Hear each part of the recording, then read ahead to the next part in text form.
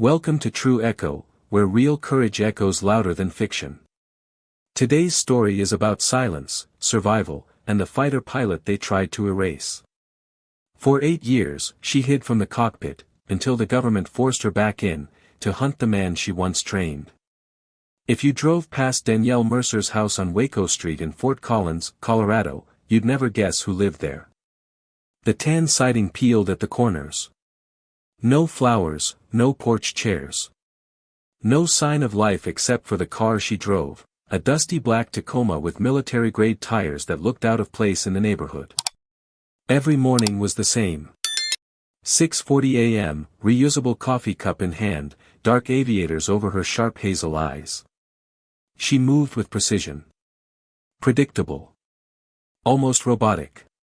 Danielle, or Danny as she used to be known, worked logistics at Land Systems, a defense contractor with layers of clearance she never mentioned and coworkers who knew better than to ask.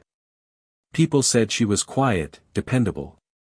A team player who didn't need praise. But there was something about her. A stillness. Like she was always one step from disappearing. What no one knew, not the intern who once asked her to happy hour, not the supervisor who trusted her blindly, and certainly not the neighbors who saw her mowing her lawn in silence, was that Danielle Mercer used to be a fighter pilot. Not just a pilot. One of the best. Her call sign, Echo. Over 2,000 flight hours. Black Ops over Eastern Europe. Surveillance runs in denied airspace. Missions scrubbed from every log. Then, 8 years ago, she walked away. No headlines. No retirement send-off. Just silence. She buried that life so deep, she barely let herself remember it. Until the knock came. Saturday morning, 6:45 a.m. Danny was barefoot in her kitchen, sifting through expired coupons and listening to Luther Vandross hum through her phone speaker. She wore old sweatpants and a faded Air Force hoodie, unaware that everything she'd hidden was about to be unearthed. The phone rang. A number she hadn't seen in nearly a decade. Her blood turned cold. She didn't answer. Couldn't. She let it ring until silence took over, then shoved the phone into the back of the drawer. That's when the knock hit. 3 quick taps. Military rhythm. She froze. Didn't breathe. When no second knock came, she crept to the door and saw the envelope, white, thick, and stamped, Department of the Air Force. Office of Special Projects. Inside, a grainy night vision photo. 2 jets. One marked US. One not. A sticky note on top read. We know who the other pilot is. And we know you trained him. Her knees almost gave. The world she thought she escaped had followed her home. Danny didn't sleep that night. The photo from the envelope sat on her kitchen counter, warping under the moisture of a half-drunk glass of water. She stared at it for hours, her mind refusing to rest. The jet in that photo, the one without insignia, wasn't just familiar. She recognized the flying pattern, the angle of the wings in mid-bank, the maneuver captured mid-frame. It was him. Nikolai Dragunov. Her student. Her shadow. Her regret. She'd trained him, twice. Once in Nevada under a NATO exchange program, then again at a remote base in Germany during joint exercises. He was smart, fluent in 4 languages, and instinctively good in the air. Almost too good. She used to joke that he had jet fuel in his blood. But there was something else too, something more dangerous. He didn't just fly, he calculated. And now, after 8 years in the wind, he was back. Flying rogue. Using stolen tech. Employing US maneuvers only someone like her could have taught him. She knew what this was. Not a request. A demand. They wanted her back in the air, not as a patriot, not as a soldier, but as a tool. And worse, as bait. By dawn, Danny had made up her mind. She packed a go bag, boots, burner phone, a military-grade flashlight, a sidearm she hadn't touched in years, and climbed into her truck. She didn't leave a note. She didn't owe anyone an explanation. She didn't head to base. Not yet. First, she had to know what they knew. And she had to retrieve what she'd buried a long time ago. By midnight, she was deep into Texas, wind howling through the empty backroads of Wichita County. Her destination, Rock Creek Ranch, a dead patch of land that used to belong to her uncle, and now served only one purpose: hiding the past. She pulled up behind the collapsed barn, walked through the mesquite, and knelt beside a forgotten windmill. Beneath the dirt and weeds, she unearthed a steel locker, triple-locked, half-rusted, and packed with ghosts. Inside, her old matte black helmet with Echo painted across the top, her flight suit, and a sealed folder stamped with the Department of Defense seal. Her last mission log. The one nobody was supposed to see. The one they told her to forget. She read every line under the pale moonlight. And there it was, Dragunov's name, buried in the debriefs. Back then, just a footnote. Now, a headline. And then something else. Coordinates. Syrian-Turkish border. March 18, 2017. Her last mission. The one that killed Lieutenant Grant Fowler. The one that ended her career. Except now she knew, it hadn't been an accident. It had been a setup. By the time she drove back into Colorado, Dani's entire worldview had shifted. Her mission hadn't been scrubbed because of failure. It was covered up because it revealed something too dangerous. Dragunov hadn't gone rogue on his own. Someone gave him access. Someone inside. She didn't go home directly. Parked 5 blocks away. Took side streets. Checked for tails. Then crept through her own door like an intruder. Everything looked untouched, except for the doormat. Slightly crooked. She never left it like that. Her pulse spiked. She swept the house the way she used to sweep hangers, precise, methodical. Her laptop had been moved. Not visibly. Just enough. The hinge clicked differently. The trackpad had residue, rubber glove slick. They'd been here. And they'd made sure she'd know. She didn't panic. She grabbed her burner and called a number she hadn't used in years. It rang twice. Merc. Don't call me that, she said. The man on the line chuckled dryly. You called me. It was Lieutenant Colby Jensen, her former CO. The only one who'd ever had her back. The one who'd begged her not to resign. You broke into my house. We didn't break anything. Surveillance, standard clearance. You should have expected it. What do you want? He paused. Then the truth. You trained him, Danny. You know how he thinks. He took out one of ours over the Adriatic last week. No call sign. No trace. Ghost protocol. She exhaled, sharp and cold.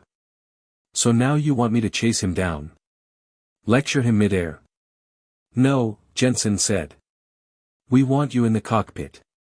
You're the only one who might outfly him. Silence. Then he added, meet me at Cheyenne Mountain. 0500. The line went dead. Danny sat in the dark, the folder from Texas on the table before her, the past spread out like a crime scene. But this wasn't about guilt anymore. This was about survival. Hers. And everyone else's. At 4 a.m., the night air still clung to the ground like mist as Danny pulled into the parking lot of a diner just outside Cheyenne. The neon sign buzzed weakly above her, Ralph's Breakfast and Grill, the kind of place where truckers outnumbered civilians and the coffee never quite cooled. Inside, 2 long-haul drivers sat in the corner, slumped over half-finished eggs. A tired waitress scribbled notes on a pad with one hand and wiped her mascara-streaked face with the other. Danny took a seat at the far end of the counter and ordered breakfast she wouldn't touch. She didn't wait long. At 4:23 a.m., the door opened and in walked Lieutenant Colby Jensen, older now, with deeper lines carved into his face and a slight limp he didn't used to have. He moved like he still reported for duty every day, but his eyes were darker. Wearier. He sat across from her and set a brown file folder on the Formica countertop. Before he could speak, Danny cut in. "You're not telling me everything." He didn't deny it. "If I had, you wouldn't have shown up." She let the silence settle like dust before glancing at the file. "You think I trained him to do this?" "No," he said flatly. "But I think you're the only one who can stop him before he sells our tech to someone who wants to crash it into Los Angeles." She didn't blink. He opened the folder. A photo, this time crystal clear, satellite imagery of Dragunov's aircraft. Sleek. Sharp. Familiar. But altered. "That's a modified F-35, Jensen said. "Our engine. Our stealth body. But he's using non-standard avionics. Custom flight code. That's not stolen tech, someone handed it to him." Danny leaned closer. "You think it was someone inside?" Jensen nodded slowly. "We think someone gave him a flight key. A kill switch." Her stomach turned. That kind of access wasn't just illegal. It was treason. It meant Fowler's death hadn't been a miscalculation. It had been authorized. "I need to fly," she said quietly. Jensen blinked. "What?" "I need a bird. Simulated run. Let me see how he flies. I trained him, I'll know if he's changed." He hesitated. "You're not cleared." "I will be. Or I walk." She didn't wait for a yes. By 5 a.m., Danny was standing inside a cold hangar in the Cheyenne Mountain complex, staring at something she hadn't seen in nearly a decade, her old bird. F-35 Lightning II. Same scratches on the wing. Same tail number. The mechanic on duty looked like he barely shaved. "You're cleared for a 20-minute loop. Simulated lock-on only. We'll be monitoring your vitals." She shot him a look. Thought this was about trust. He looked away. "Just doing my job, ma'am." She suited up. The flight suit felt foreign. The helmet heavier. But as soon as she stepped into the cockpit, something shifted. Her pulse slowed. Her spine straightened. And her mind snapped into the rhythm she'd sworn she forgot. Then the sky opened. She took off like she'd never left. Banked hard over the Rockies. Hit altitude. Hit speed. The controls fit her hands like a second skin. "Echo, you're cleared. Simulate lock-on at waypoint Alpha." She spotted the target drone on her HUD. Locked in 2 clicks. Move to waypoint Bravo. Smooth. Precise. Everything working. Until a voice. Not in her headset. In the plane. Static filled at first, then chillingly clear. "Nice to hear you back on comms, Echo." She froze. Her chest tightened. It wasn't Jensen.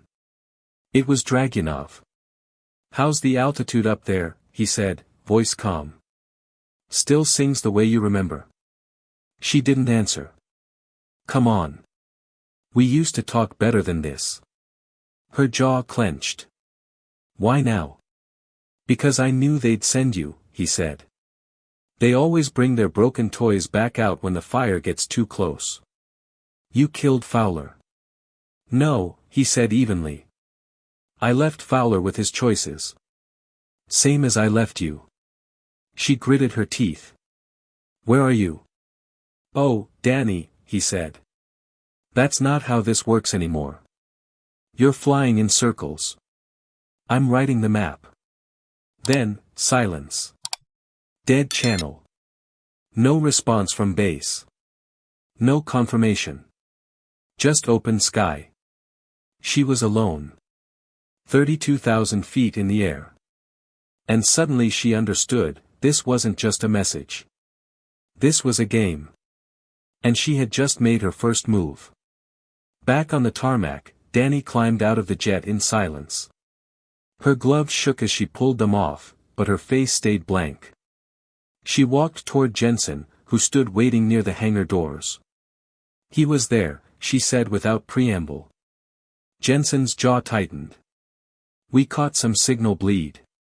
He hacked in, comms, HUD, even partial control routing. We don't know how yet. She tossed her gloves into the locker. He's not hiding. He's inviting me. He could have killed you, Jensen said quietly. He didn't. That wasn't a threat. That was a warning. And a challenge. Jensen handed her a printed sheet. We picked this up after your last pass. Encrypted burst on a military-only channel. Origin traced to somewhere near the Utah border. Dani read the phrase aloud. Come finish what you started. A chill ran through her. The words didn't just sting, they echoed something she had buried for 8 years. She knew then that this wasn't about Dragunov getting even with the US military or stealing secrets. It was about her. That night, she sat alone in the base's debriefing room, eyes fixed on an old grainy video playing on loop, March 18, 2017. The mission that ended it all. 2 jets on screen. Hers and Fowler's. A routine recon run. No contact expected. No weapons engaged. Then, Dragunov's aircraft entered frame. No call sign, no formation. Flying a silhouette no one recognized. She remembered it all. Asking for verification. Command not responding. Then Fowler's jet going dark, dropping into a nosedive like a puppet with strings cut. No explosion. No fire. Just disappearance. And Dragunov's voice, haunting and calm through the radio. They've already decided what this will look like. Back then, she hadn't understood what he meant. She'd thought it was madness. A desert hallucination. But now, with the logs in front of her, the redacted flight data, and the missing audio files, she knew. They buried it. The Pentagon had written Fowler off as a mechanical failure. But a new file Jensen slid across the table told another story. A satellite ping from the same moment Fowler's jet died. But it didn't come from Syria, it came from Diyarbakir, Turkey, outside a black site that wasn't supposed to exist. A ghost station. An unauthorized relay. What is this? She asked. Where the override came from, Jensen replied. The kill switch. You're telling me someone inside activated it? Jensen nodded. And Dragunov knew. Maybe he even had the key. It wasn't just betrayal anymore. It was collusion. Internal sabotage. And she'd been used to cover it up. Dani stood up slowly, fury laced in every breath. I want another flight. You don't have a target. I do now. She pointed to the coordinates from Diyarbakir. That's where he started. That's where I'll finish it. Jensen stared at her. You'll go alone. If it's a trap, I'm the only one who knows how to walk into it. 36 hours later, the heat of southern Turkey clung to the tarmac like a second skin. Dani landed under a blood-orange sky at a forgotten military strip just 10 clicks from the old relay site. No support. No backup. Just her gear, and the coordinates Dragunov had all but dared her to follow. By midnight, she reached the ridge. Below, a cement bunker half sunk into the sand, rusted satellite dishes like bent arms reaching toward a dead sky. Her scanner picked up one heat signature, just one. She didn't hesitate. She stepped inside, and there he was. Nikolai Dragunov. Older. Leaner. But calm, always calm. I was wondering when you'd get here, he said from behind a rusted desk. You left a trail, she replied.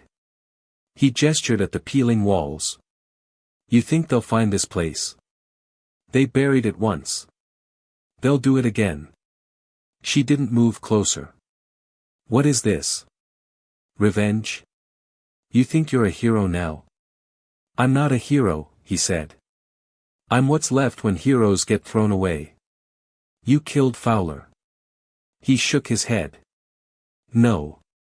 I didn't push that button. But I was in the sky when it happened. And I stopped trusting the people who did. You could have exposed them. He gave a bitter smile. And end up in a concrete cell somewhere in Virginia? She glanced around. So what now? Dragunov reached into a drawer and slid something across the desk, a small steel cube. Cold. Smooth. Heavy. She picked it up. Everything's on there, he said. Flight logs. Command orders. The kill switch data. Not just your mission. Others. Pilots they erased. Lives they broke. She clenched her jaw. Why me? Because they'll believe you. And because you still have a conscience. He turned to walk away. What are you going to do now? She asked. Disappear, he said. You're the story now. She didn't try to stop him. Because she knew, his war was already over. Now it was her turn to decide what came next. Dani didn't sleep for 2 days after she returned to Colorado. She didn't go back to Cheyenne Mountain either.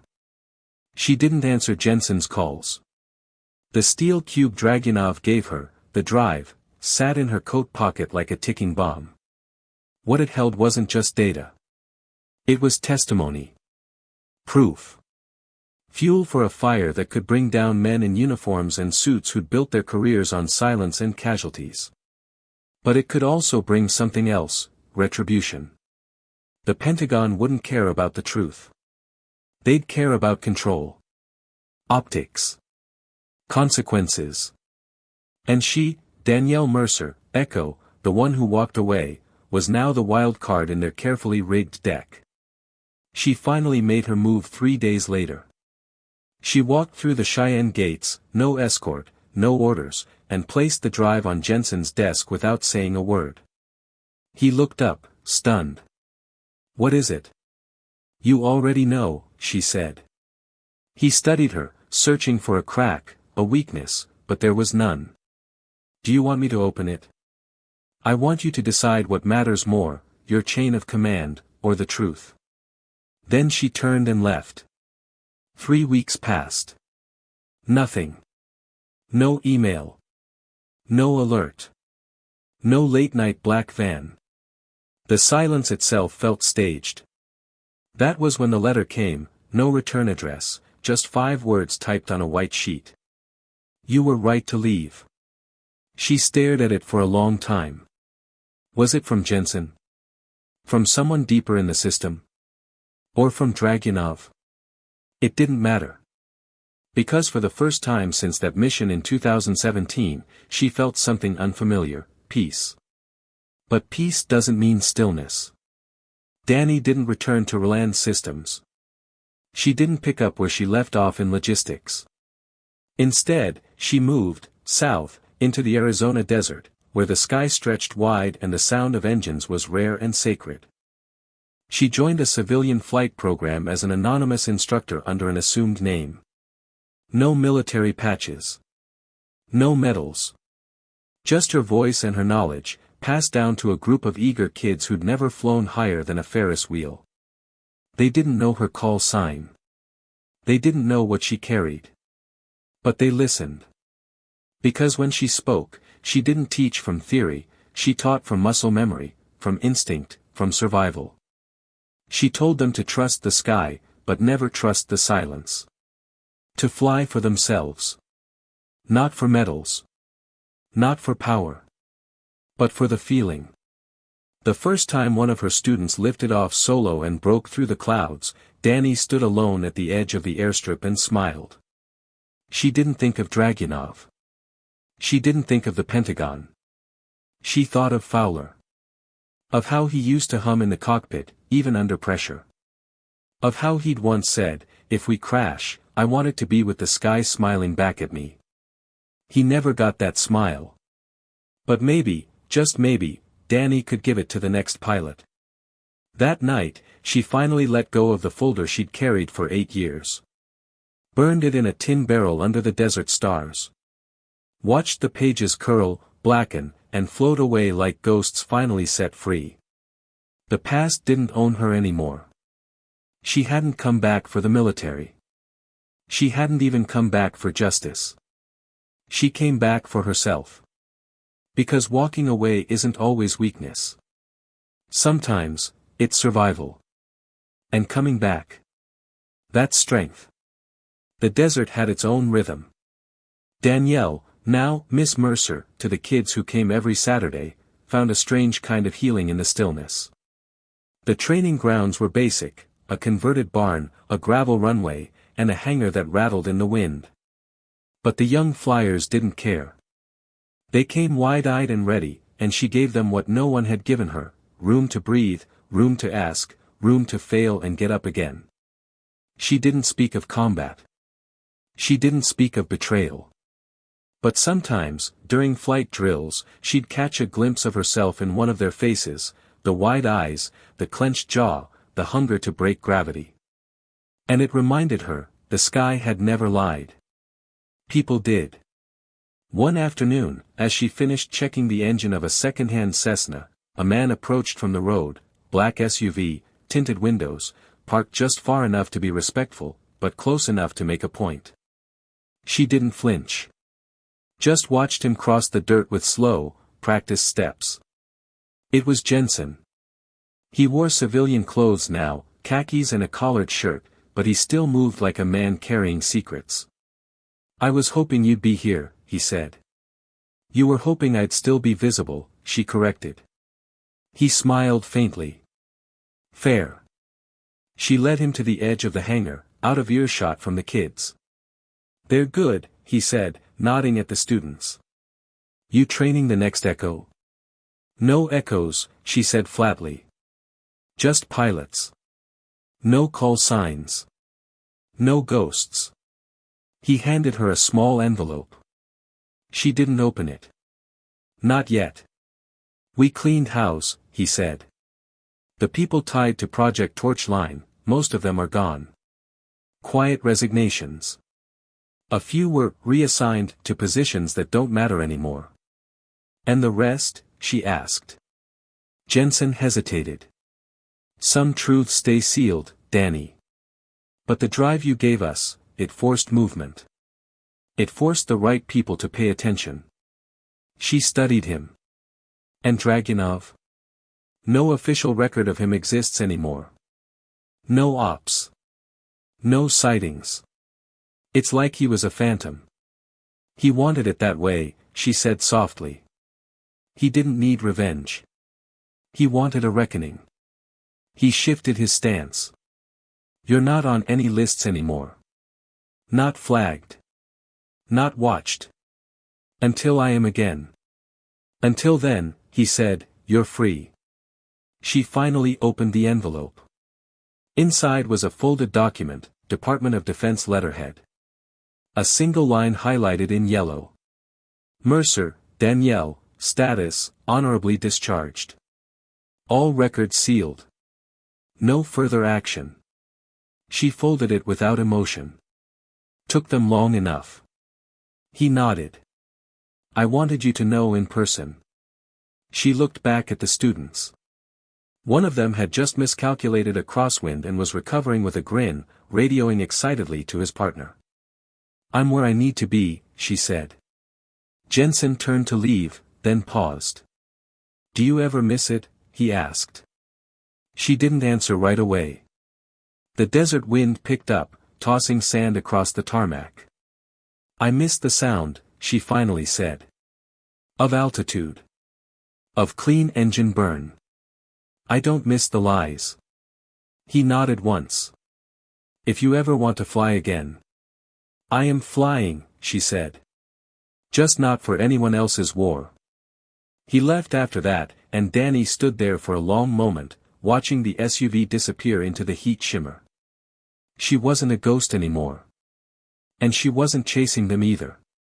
She was the one setting the map now. 6 months later, Danielle Mercer stood beneath a clear Arizona sky, her hands on the shoulders of a teenage girl named Lizette, who was about to take her first solo flight. Lizette had come in quiet, scarred by foster care, wary of authority, but she had the heart of a pilot. Sharp eyes. Fast reflexes. The kind of kid who needed the sky more than the sky needed her. "You're not here to prove anything," Danny told her. "You're here to remember you can." Lizette nodded, climbed in, and taxied down the gravel strip. The engine coughed once, then steadied. Danny's hand stayed resting on her headset, listening. Not guiding. Just listening. The Cessna lifted. Wobbled slightly. Then evened out. The girl was flying. And for a long moment, Danny closed her eyes and felt the wind push past her cheek like an old friend. This wasn't combat. This wasn't adrenaline. This was clarity. This was freedom. Later that night, she sat on the porch of her trailer near the airfield, sipping water from a dented metal canteen, the moon above as white and brutal as ever. She held a photograph in her hand. It was old, creased and faded. 3 faces. Hers. Fowler. And Dragunov. Before everything fell apart. She turned it over. On the back, Fowler had scrawled in thick black ink. "We fly because we're not meant to stay still." She placed the photo in a small tin box next to the ashes of the folder she had burned months ago. The past had its place, but not in her cockpit anymore. The next morning, her inbox lit up with an encrypted message. No sender. No subject. Just a single line of text. "Lizette flies like you." Her fingers froze above the keyboard. She didn't reply. She didn't need to. Because whoever sent that knew what mattered, that the legacy didn't end with the betrayal, or the missions, or even the truth. It continued in the skies, through those who flew not because they were ordered to, but because they had to. Danny Mercer's story wouldn't be taught at the academy. It wouldn't make headlines or documentaries. But it would ripple. Every time a young pilot found their rhythm in the clouds. Every time a girl from nowhere lifted off the ground and refused to come back down too soon. Echo lived on. Not in the call sign. Not in the cockpit. But in the choice to return, not as a soldier, but as a survivor. Some people wear their wings on their shoulders. Others bury them deep, waiting for the day they're needed again. But strength isn't always loud. Sometimes, it's a whisper that says, "Get back up." Danielle Mercer got back up. Not for a medal. Not for a country. For herself. If you've ever walked away from something that broke you, but still found the courage to help someone else rise, this story was for you. Subscribe to True Echo for more stories that soar beyond headlines. Comment if it moved you. And share it with someone who's forgotten how high they can fly.